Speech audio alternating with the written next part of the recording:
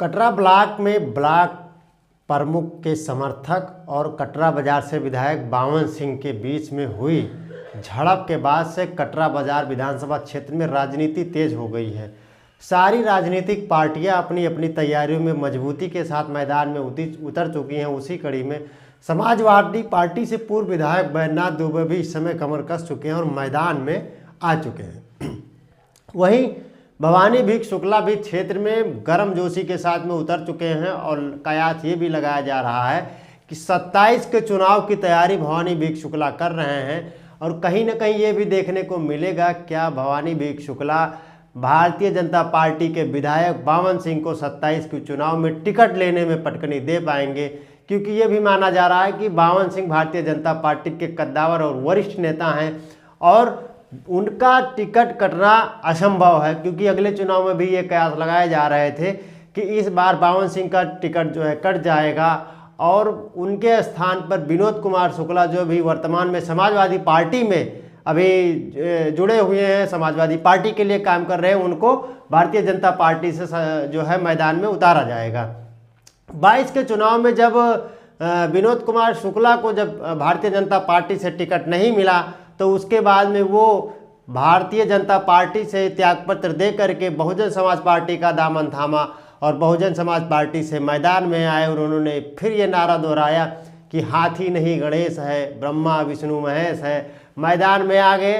हालांकि उनको सफलता नहीं मिली लेकिन फिर भी उन्होंने अपना जनाधार दिखा दिया।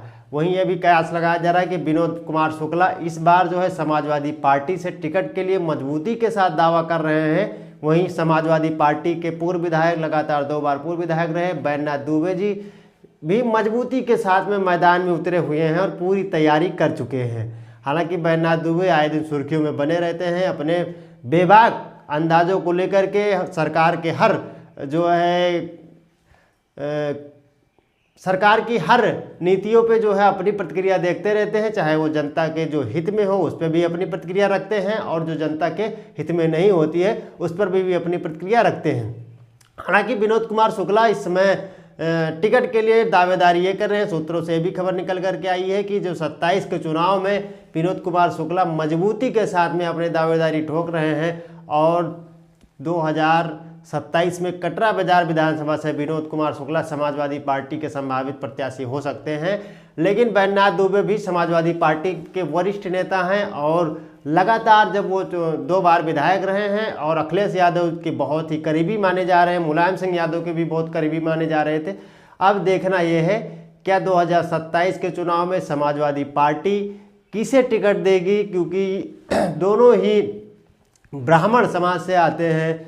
जबकि भारतीय जनता पार्टी की तरफ से अगर देखा जाए तो बावन सिंह क्षत्रिय ठाकुर समाज से आते हैं, जबकि भवानी भिख शुक्ला ब्राह्मण समाज से आते हैं।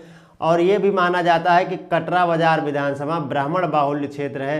तो क्या ये माना जाए कि 2027 के चुनाव में कटरा बाजार विधानसभा चुनाव की राजनीति बहुत ही गर्म हो सकती है। और क्योंकि माहौल ही कुछ अभी से ऐसा बन रहा है, क्योंकि चुनाव अभी लगभग 1-1.5 साल है, लेकिन सारे राजनीतिक पार्टियां जो कटरा बाजार विधानसभा की हैं वो इस समय मैदान में कूद चुकी हैं और अपना दमखम पूरी तरीके से जनता के सामने दिखाने में लगी हुई हैं। वहीं हम बात करेंगे, कल समाजवादी पार्टी के प्रदेश अध्यक्ष गोंडा में आए और उन्होंने अपना एक बयान दिया ऑपरेशन सिंदूर को लेकर के कि जो लोग शादी नहीं किए हैं, जो लोग शादी करके अपनी पत्नियों को छोड़ दिए हैं, वो सिंदूर के क्या जाने, उसकी क्या अहमियत होती है। ये भी कहा उन्होंने कि जब सिंदूर बांटने के लिए गए थे तो महिलाओं ने उनको जवाब दिया।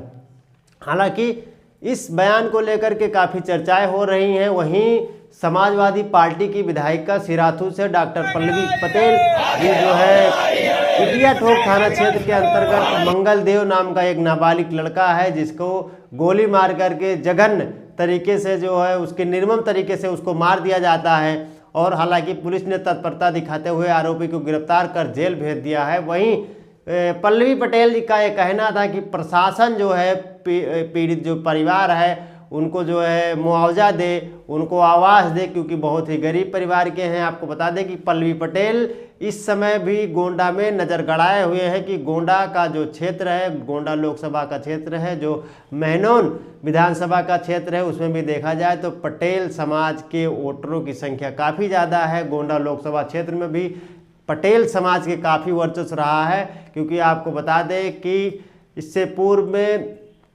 बेनी प्रसाद वर्मा जी कांग्रेस से यहाँ पर जो है लोकसभा का चुनाव लड़े और वो यहाँ पर सांसद रहे।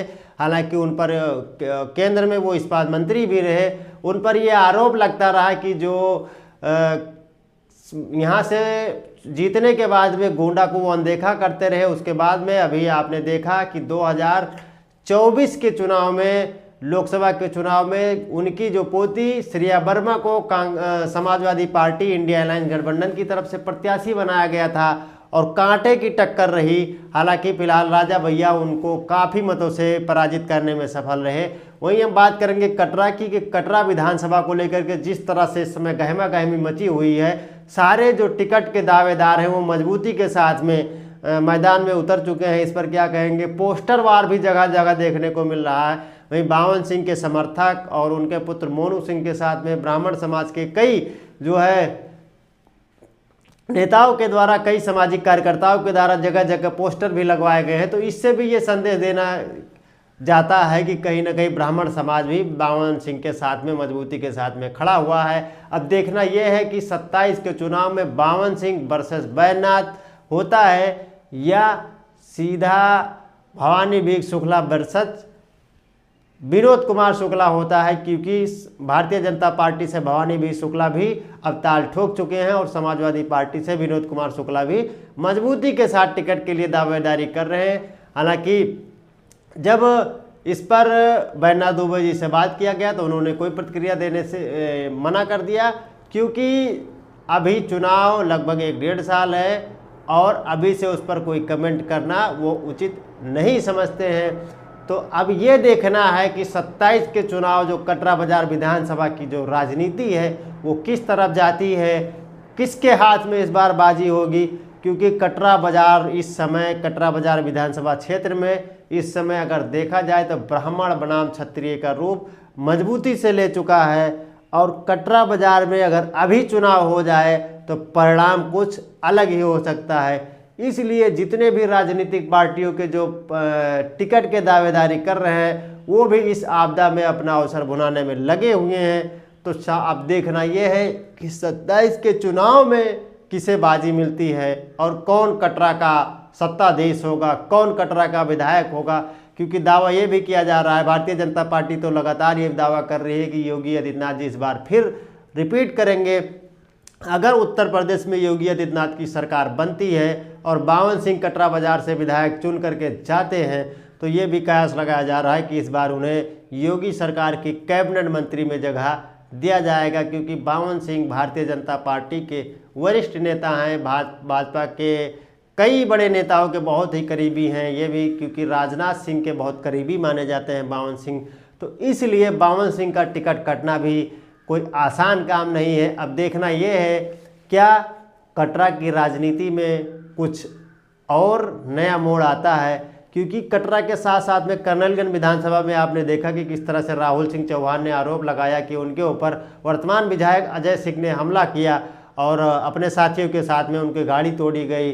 वो भी मुद्दा काफ़ी चला, क्योंकि कर्नलगंज से भी राहुल सिंह चौहान भी मजबूती के साथ में दावेदारी कर रहे हैं और टिकट के लिए मैदान में उतर चुके हैं। तो कटरा और कर्नलगंज में भारतीय जनता पार्टी के आपसी प्रतिद्वंद में भी अगर टिकट का बंटवारा सही से आता है तो परिणाम कुछ और होगा, क्योंकि राहुल सिंह चौहान भी मजबूती के साथ दावा ठोक रहे हैं। और ये भी कयास लगाया जा रहा है कि जब अजय सिंह को जब टिकट मिला था तो उस समय अजय प्रताप सिंह उर्फ लल्ला भैया भारतीय जनता पार्टी से विधायक थे और स्वास्थ्य ठीक ना होने के कारण उनका टिकट जो है भारतीय जनता पार्टी ने काटा था और अजय सिंह को टिकट दिया था और अजय सिंह चुन करके विधानसभा पहुंचे।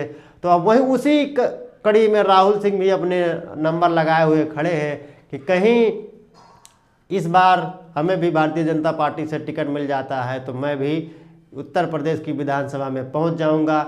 इस पूरी खबर को लेकर के आप क्या सोचते हैं कमेंट करके ज़रूर बताइएगा। आप किस विधानसभा से इस वीडियो को देख रहे हैं कमेंट कीजिएगा। आपके विधानसभा क्षेत्र में, आपके गांव में क्या समस्याएं हैं जरूर कमेंट कीजिए, क्योंकि जब हम आपके प्रतिनिधि का इंटरव्यू करेंगे, उनसे मुखातिब होंगे तो आपके सवाल जारी करेंगे। आप सभी साथियों को सादर प्रणाम। जय हिंद।